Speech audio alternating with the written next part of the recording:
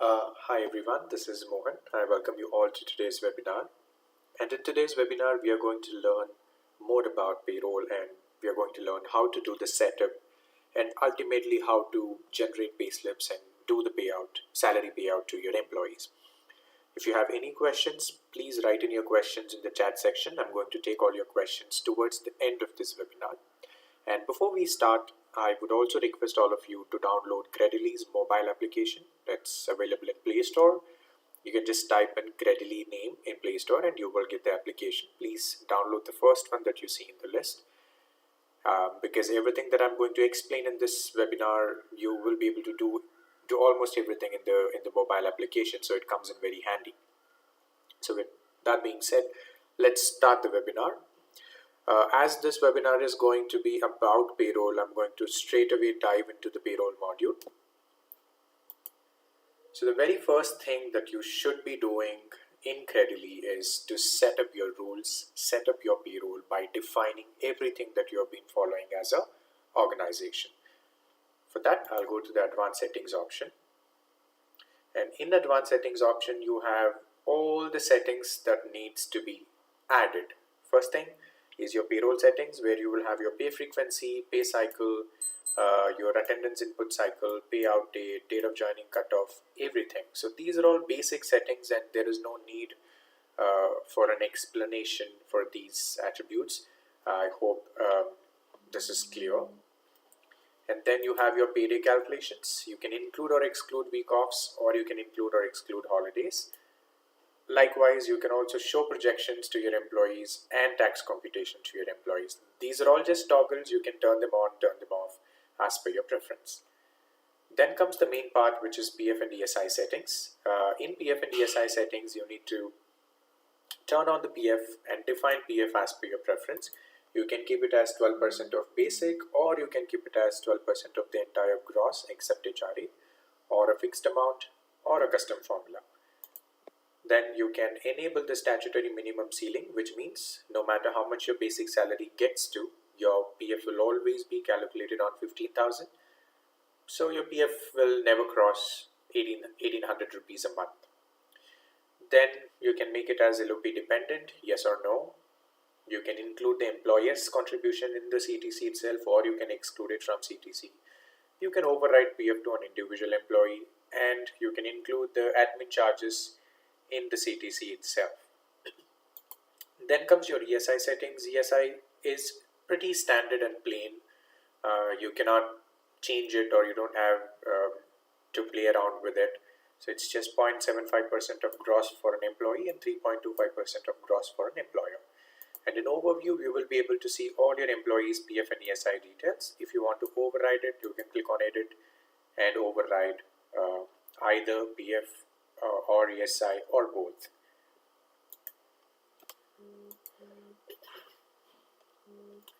Then comes your PT settings. You'll just have to turn on PT. System will automatically calculate PT according to the work location that's assigned to your employees. Then you have the declaration settings. You can open a window, which means a timeline or a time frame for your employees to submit all of their tax declarations. I have set it as 1st of April to 21st of March 2023. You can set according to your company's policy. And then you have the component section. This is where you get an option to define all the components. Firstly, you have the base components, which are the statutory components, which cannot be excluded from any structure. And then you have your recurring components. You can create any number of recurring components. There is no limitation to it. Or you can also define these components as per your preference. Also, you can edit the already existing components as well. For example, if I have to edit the medical allowance, I'll just click on it. I can even change the name, or I can change the type of this component: allowance, deduction, reimbursement, and contribution. And you can include this in the CTC, or you can exclude it from CTC. If you need proof, you can just turn on the toggle. If this has to be a taxable component, you can turn it on or turn it off. And you can individually override this component's value to a particular employee, and it can be a loss of pay dependent or loss of pay independent component as well. Now, how do you give value to this component? It can be done in two ways. One, it can be a flat value. For example, I say 15,000 per annum, or I can also put a formula. I can say CTC into 10% or CTC into 20, 30, 40, 50% as per your preference. This is one way of doing it. The second way is you can set a slab and you can define a value to each of the slabs that you are creating. For example, if slab 1 is between 0 to 3 lakhs, you can say that the component's value should be about 25,000. And if the slab lies between 3 lakhs to 5 lakhs, then you can say that the component value should be about 30,000. You can create any number of slabs, there is no limitation or a cap on that. But in this case, I'm going to keep it very simple, 10% of CTC flat for all employees. You can do the same with any number of components that you're going to create. And then once that's done, you can also create variable components in a same way. The only difference is that variable component need not be a recurring component. It can be a recurring, but sometimes it'll be once a month, or sorry, once a year, twice a year, or 4 times a year. Quarterly, half yearly, and annual on an annual basis. So if you're defining this component to be an annual component, you need to also put the due month, which is August in this case. Whichever month you want this amount to be paid to your employees, you will have to put that month's month here in the due on section. Then you can include this or exclude it from the CTC. Should it be taxable or not? That's also a toggle. And if you want to deduct income tax on that, you also have two options: whether the tax should be deducted on that very month or if it has to be distributed across the rest of the financial year. These are the two options you can choose as per your preference. Then again, calculation type, it can be flat or slab accordingly. Then you also have ad hoc components. When I say ad hoc components, these components basically are not defined in a structure. So I call it out of the box component because this is never defined in CTC or in the salary structure that you are assigning to your employees. So if you have to create, you can just click on create component, make it either taxable or non-taxable. And you can also set if ESI should be applicable for this component. That means if this component should be included in the ESI gross or not. Then you can deduct a ad hoc deduction component as well. Should the tax be calculated for this component or not is the only thing that you will have to select. Then once all the components are created, the next setting is your payout setting. This is where you will add your employees' bank details, account number, IFSC and everything. You can do it in bulk as well by clicking on the import button. Then you can choose the payslips. We have 8 different payslip formats. Choose whichever suits the best for your organization. And then we also have the bank integration section. This is where you can integrate your corporate bank account with Kredily. What's the use of this? Well, with this you will be able to pay salaries to your employees within minutes. This is one cool feature that Kredily has introduced, which no other HRMSs is offering right now. You can integrate your bank directly with us. If you have an ICICI bank, you can directly integrate ICICI's corporate bank account with us. If not, do not worry. We also have a virtual banking system wherein Kredily will be providing you with a virtual Noodle account. And you can transfer money to this Kredily's Noodle account from any of your bank accounts. It could even be a personal account of your saving account, current account, any bank account. You can transfer money to your KredPay's virtual bank account, and from here you can release salary to your employees. And these are just normal NEFT transactions, and as you know, NEFT transactions are almost instant unless there is a genuine issue from the bank. These are almost instant and spontaneous. You can use this feature. And then once all the settings are done, the only thing that you need to be doing is to gather all the components that you've created and create a salary structure as well. So now again, there is no limitation or restriction on the number of salary structures you will be creating. You can create any number of structures for all sorts of CTC. You can assign it to your employees and do the payroll. Now I've already created so many structures. If you want to create one more, you can click on create new structure. You can either create a regular structure which will have all the components, or you can create a contract structure which will only have um, a professional fee or a stipend or whatever you want to call it as, and TDS, only two components. Wherein the normal structure will have all the components. For example, here in this structure, I have created basic HRA, PF, gratuity, phone reimbursement, vehicle allowance, ESI, and special allowance.